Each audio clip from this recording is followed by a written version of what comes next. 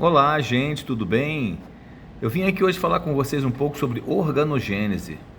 Organogênese é um termo que nós utilizamos para descrever os movimentos teciduais e celulares que são comuns e característicos dos, dos seres vivos. Especialmente aqui na nossa descrição, estamos apresentando aqui os principais estágios do desenvolvimento do zigoto e do embrião. A gente vê 4 estágios básicos, todos eles importantíssimos demais, até mesmo para descrições de grupos de animais e de posicionamento evolutivo. Nós temos aqui, depois, é claro, da fecundação do espermatozoide, da fecundação e da fertilização do espermatozoide no óvulo da fêmea, dando origem então à célula ovo ou zigoto. Esta célula começa a se multiplicar e em princípio chega num estágio de mórula, que nós estamos vendo aqui à esquerda, no número 1, e esse crescimento vai se tornando cada vez mais evidente a ponto de abrir um espaço, preenchido evidentemente por líquido, no meio desta massa de tecido. E no número 2 nós já vemos um outro estágio do desenvolvimento que nós chamamos de blástula, um estágio muito importante, onde fica evidenciado que o polo animal é o polo de cima, o polo vegetativo é o de baixo, e daí então este embrião vai continuar a se desenvolver até que ele vai sofrer um processo conhecido por invaginação, onde parte do seu ectoderma, que fica no polo vegetativo, vai entrar por dentro de si mesmo e vai dar origem ao intestino primitivo, chamado arquêntero. E não apenas isto, quando ele dá origem ao tecido primitivo, ao intestino primitivo, ele também dará origem ao segundo tecido embrionário, que a gente chama de folheto germinativo. O primeiro era o ectoderma, que ficava ao redor desta massa de tecido de vitelo, que era constituída no polo vegetativo. Agora nós temos aqui a gástrula, que tem a mesma ectoderme por fora. Ao invaginar-se, dá origem a 2 estruturas importantíssimas: ao intestino primitivo e também ao endoderma, que é o segundo folheto germinativo. Também dá origem ao intestino primitivo, ao arquêntero. E também dará origem ao blastóporo, que é a abertura, como se fosse a boca primitiva deste animal. Reparem que todos os animais que têm no blastóporo o surgimento da boca, e do outro lado, quando esse arquêntero chegar até o outro lado e dar origem ao ânus, esses animais são chamados de protostomados, porque a boca surge primeiro no blastóporo. Porém, há animais que têm ao contrário. O blastóporo dá origem ao ânus e o outro lado, quando se abre, quando o intestino primitivo vai até o final e abre do outro lado, dá origem à boca, eles são chamados de deuterostomados, porque a boca veio depois. Então, deuterostoma significa o que veio depois. Dos invertebrados, praticamente todos eles são protostomados. Os principais grupos de invertebrados que nós temos, que nós estudamos, de animais verdadeiramente eumetazoários, nós temos os quinidários, temos os platelmintos, os nematelmintes, os anelídeos, os moluscos, os artrópodes. Estes todos são protostomados. Já equinodermos e cordados, eles são deuterostomados. Daí o porquê os equinodermos serem considerados o grupo de invertebrados mais próximos dos cordados. Muito bem, o 4º estágio já é o estágio da formação da neurula, ou seja, já é um estágio de desenvolvimento maior, em que vai dar origem algumas estruturas indispensáveis, muito importantes no organismo. Então, deixa eu trazer para cá. Veja, nós vamos ter aqui, nós já temos o arquêntero, vai dar origem aqui ao tubo nervoso e à notocorda, que, por exemplo, todo animal que possui notocorda, pelo menos no estágio embrionário, ou estágio larval, perdão, ele é considerado um cordado. Por exemplo, os tunicados. Os tunicados, eles que são as ascídeas, eles no estágio adulto não têm notocorda, mas no estágio larval eles têm notocorda. Então eles são considerados como animais que possuem pelo menos a notocorda num estágio deles. Tá? Eles podem ser até considerados protocordados, mas de certa forma eles têm a notocorda. Os demais invertebrados não têm notocorda. Existe um grupo chamado Enteropneusto que tem animais com uma chamada estomocorda, mas ela não tem origem mesodérmica, então não vem ao caso aqui, tá bom? Então vou trazer uma outra gravura que ilustra melhor aqui para vocês o estágio de neurulação. Veja aqui, eu vou voltar aqui mostrando para vocês o blastóporo, que eu tinha mencionado ainda há pouco. Na gástrula, vejam aqui o que aconteceu assim, com a invaginação durante a blástula, deu origem ao blastóporo. Essa aqui é a boca primitiva. O intestino primitivo corre por todo o animal até que sai do outro lado. Quando sai do outro lado, ele dá origem ao ânus. Então é o que eu falei para vocês, animais cujo o blastóporo der origem à boca e depois ao ânus, esses animais são protostomados, ou seja, protos, que a boca é inicial. Os organismos, os animais que derem origem aqui ao ânus e depois à boca são os deuterostomados. Nós somos deuterostomados, tá bom? Então peixes, anfíbios, répteis, aves e mamíferos, todos são deuterostomados, certo? Com o desenvolvimento da gástrula e a totalidade do arquêntero, esta estrutura ela continua tendo o seu processo de diferenciação para dar origem, em primeiro lugar, aos tecidos fundamentais do animal. Nós temos a ectoderme, nós temos aqui dentro a endoderme e mais tarde nós vamos ter a mesoderme, mas por enquanto nós temos endoderme, ectoderme.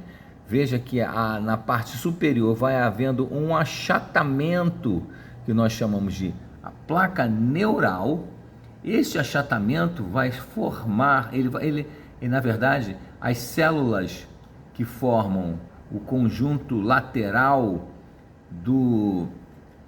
dessa estrutura, essas células vão crescer de tal maneira que vai haver um espaço aqui. É a chamada goteira neural. Essa goteira neural dará origem, aqui embaixo, como você vê, dará origem ao tubo neural, formação do tubo neural. Aqui repare que já tem um surgimento de mesoderma, que neste caso aqui é um surgimento enterocélico, ou seja, a mesoderme ela tem origem no endoderma, e esse endoderma ele vai crescer e vai se soltar nas laterais e vai dar origem ao outro tecido. Essa mesoderme aqui que está aparecendo, ela já está, nessa outra gravura, ela já está num estágio um pouco mais desenvolvido, porque ela também já apresenta dentro de si uma cavidade. Esta cavidade é o que nós conhecemos como celoma. Essa cavidade vai se espalhar por todo o animal, por toda essa estrutura primitiva, e vai então formar, ela vai revestir. Repare que o celoma verdadeiro é aquele que é revestido tanto na face ectodérmica quanto na face endodérmica ela é revestido, o celoma é revestido pelo próprio mesoderma. E o mesoderma ou mesoderme vai dar origem a este celoma. Aqui nós já temos uma gravura, a gravura um pouco mais desenvolvida. Repara aqui que nós temos a mesoderme com o celoma já se caracterizando aqui. Aqui nós temos uma estrutura chamada notocorda. A notocorda é o grande traço dos vertebrados. Os vertebrados são cordados, apesar de que nem todo cordado, nem todo animal que tem notocorda é vertebrado, essa é a verdade. Mas todo vertebrado é craniado. Essa é uma história que a gente pode falar depois para vocês, certo? Então aqui nós vemos estruturas fundamentais para a compreensão do animal: o tubo neural, o celoma. Esse tubo neural é o sistema nervoso. Ninguém nasce com cérebro de uma vez, né? Ninguém nasce com isso, com olhos. Essas coisas elas vão sendo desenvolvidas a partir do tubo neural primitivo. Esse tubo neural é a medula espinhal que você tem aí e vai crescendo no sentido horizontal, como se fosse numa salsicha. Imagina que esse pedacinho aqui vai crescendo para trás, como formando realmente um animal que em princípio é uma salsicha. E daí ele vai começar a ter os seus contornos definidos, vai haver surgimento de estruturas, de membros e todos os demais. Na face frontal anterior deste animal é que vai surgindo progressivamente as regiões mais avançadas do sistema nervoso, que é do sistema nervoso central, tá bom? Mas aí temos aí celoma, por exemplo, nós somos animais celomados, mas há animais que não têm celoma, tá? Entendeu? Então, por exemplo, há alguns vermes que não têm celoma. Há outros animais animais têm um tipo de celoma que a gente chama de pseudoceloma. E, por exemplo, já uma minhoca, ela é celomada, tem realmente esse espaço que é, na verdade, um espaço adequado para o surgimento de outros órgãos, fígados, rins e pâncreas, etc., em animais até mesmo mais derivados. Essa é a razão do surgimento do celoma, para que tenha esse espaço. É importante nós sabermos isso, para ter esse espaço. Nós temos este espaço, mas há animais que, mesmo possuindo fígado, possuindo rim, mesmo sendo primitivo, não tem espaço, eles estão ali no meio de uma massa. E aqui no caso, nós entendemos que celoma é todo o espaço abdominal que é forrado por mesoderma. Uma coisa importante ali, vemos aqui embaixo o arquêntero, olha aqui o arquêntero, tá? A ectoderme, a endoderme está aqui forrando o arquêntero, o mesoderme está aqui, o celoma, a notocorda, o tubo neural. Temos aí estruturas importantíssimas.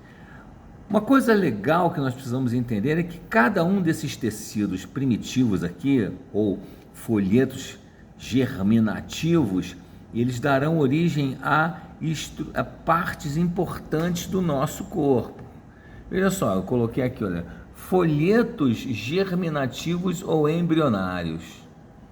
Então, veja, são lâminas celulares que na organogênese darão origem aos tecidos e órgãos. Aqui, essa lista não está completa, certo? Existem outras, eu tenho uma lista aqui embaixo que eu fiz, que tem muito mais detalhes, mas só para você ter uma ideia, a ectoderme, que é o folheto mais externo, ela vai dar origem, veja, à epiderme e aos seus anexos, pelos, unhas, glândulas sebáceas, glândulas sudoríparas, glândulas odoríferas também, cascos, chifres, certo? Vai dar origem a essas coisas, a essas estruturas, que a gente chama de anexos da epiderme. Ele não vai dar origem A derme não, tá? Mas a gente tem aqui a epiderme. Vamos lá, ao sistema nervoso, é muito importante, o tecido epitelial, o tecido nervoso tá ali. Veja na mesoderme. A mesoderme situa-se entre a ectoderme e a endoderme. Ela vai dar origem à derme. Veja que não é a epiderme, mas a derme, que é é o tecido abaixo da epiderme. Ao sistema muscular, muito importante sabermos isso, né? Ao sistema esquelético, sistema cardiovascular, sistema urogenital.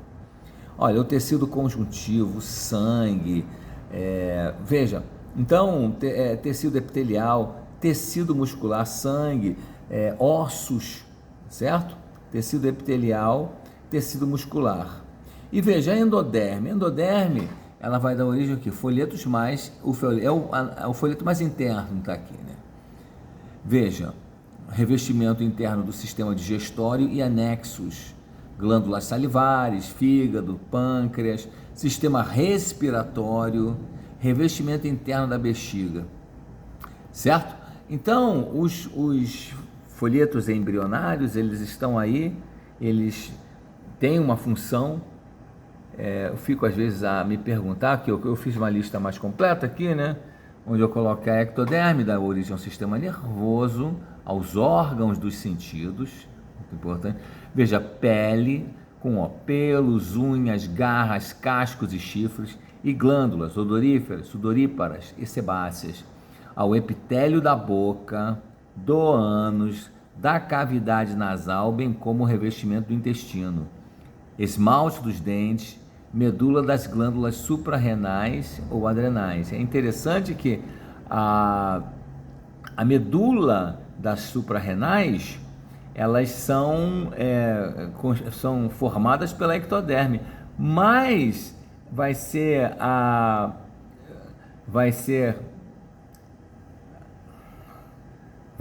mesoderme, isso, vai ser a mesoderme, estava procurando aqui, né? Vai ser a mesoderme que vai fazer o córtex, a parte externa da suprarrenal. Você vê aqui, por exemplo, a endoderme, tubo digestório e anexo, já tinha falado, fígado e pâncreas, aparelho respiratório, tireoide e hipófise, músculos lisos e estriados, córnea, cristalina e retina, bexiga e uretra, tá?